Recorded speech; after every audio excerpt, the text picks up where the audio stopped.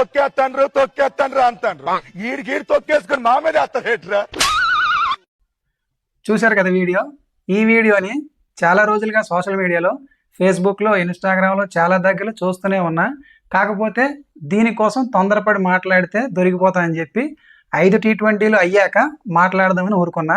5 T20లు అయిపోయి ప్రతి మ్యాచ్లో కూడా సంజు శాంసన్కి ఛాన్స్ ఇచ్చారు. ఈ 5 T20లే కాకుండా ముందు నుంచి కూడా సంజు శాంసన్కి ఛాన్సులు ఇస్తూనే వచ్చారు. ఎందుకంటే T20 వరల్డ్ కప్కి ఓపెనర్గా సెలెక్ట్ అయ్యాడు కాబట్టి.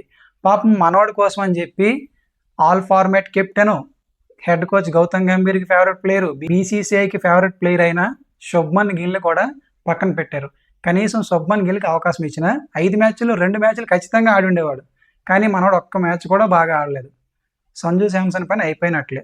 ఎందుకంటే మనోడికి అవకాశం ఇవ్వకపోతే ఇవ్వలేదని ఏడుస్తారు, ఇస్తే ఆడ్డు. మనోడికంటే అవకాశం వచ్చిన ప్రతి మ్యాచ్లో బాగా పెర్ఫార్మెన్స్ చేసి తనేంటో నిరూపించుకున్నాడు ఈశాన్ కిషన్.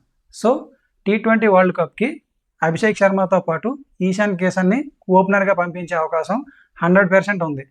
అలాగే ఇంజరీ నుంచి రికవర్ అయిన తిలక్ వర్మ నెంబర్ 3లో ఆడే అవకాశం ఉంది. సో సంజు శాంసన్ పరిస్థితి అయిపోయినట్టే.